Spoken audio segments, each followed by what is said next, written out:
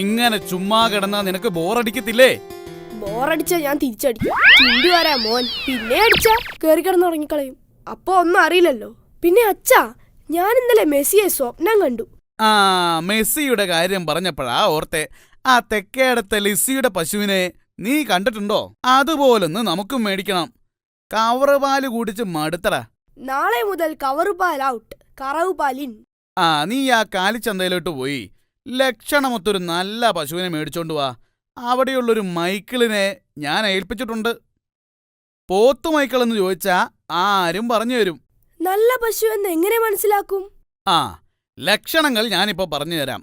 കറുത്ത നിറം, നല്ല തടി, നല്ല ഉയരം, നല്ല ഘടാഘടിയൻ, വാല് നിലത്തു തൊടണം, നിറഞ്ഞ അകിടായിരിക്കണം. ഇതെല്ലാം ഒത്തൊരു പശുവിനെ കിട്ടു അച്ഛാ? ആ, ഇതിലൊന്നോ രണ്ടോ കുറഞ്ഞാലൊന്നും പ്രശ്നമില്ല. എല്ലാം ഒത്തുകിട്ടാനും പാടാ. ഇത് പശുവോ അതോ പോത്തോ? സംശയം എന്താ? ഇത് പശുവാ. അതല്ല, ഞാൻ ചേട്ടന്റെ കാര്യമാ ചോദിച്ചത്. അല്ല ചേട്ടാ, ചേട്ടനാണോ ഈ തോക്ക് കൈമൾ? തോക്ക് കൈമളല്ല, പോത്തു മൈക്കിൾ. ആ അതന്നെ, അത് ചേട്ടനാണോ? ആ, തോമസിന്റെ മോനല്ലേ? പശുവിനെ വേണോ അല്ലേ? ആ, ശരി, നോക്കിക്കോ. ഹാ, ഇത് കൊള്ളാമല്ലോ. ചേട്ടാ, ഇത് പെയിന്റ് അടിച്ചതൊന്നല്ലോ? ഛേ, ഇത് നല്ല ഒന്നാം തരം ജേഴ്സിയാ. ഹാ, ജേഴ്സി ഇട്ടതാണല്ലേ?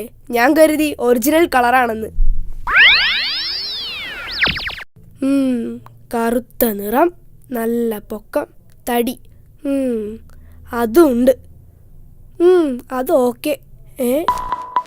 അത് പിന്നെ സാരില്ല. ചേട്ടാ, ഇത് മതി. മോനെ, കയറ്. പശുവിന്റെ പുറത്തൊന്നും ഞാൻ കയറില്ല.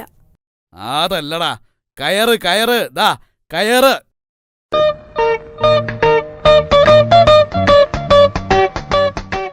എവിടുന്ന് കിട്ടി ഈ പഴയ പശുവിനെ?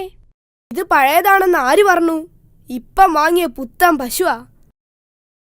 അല്ല, ബ്ലാക്ക് ആൻഡ് വൈറ്റ് ആണല്ലോ, അതുകൊണ്ട് ചോദിച്ചതാ. ആ, എത്തിയോ?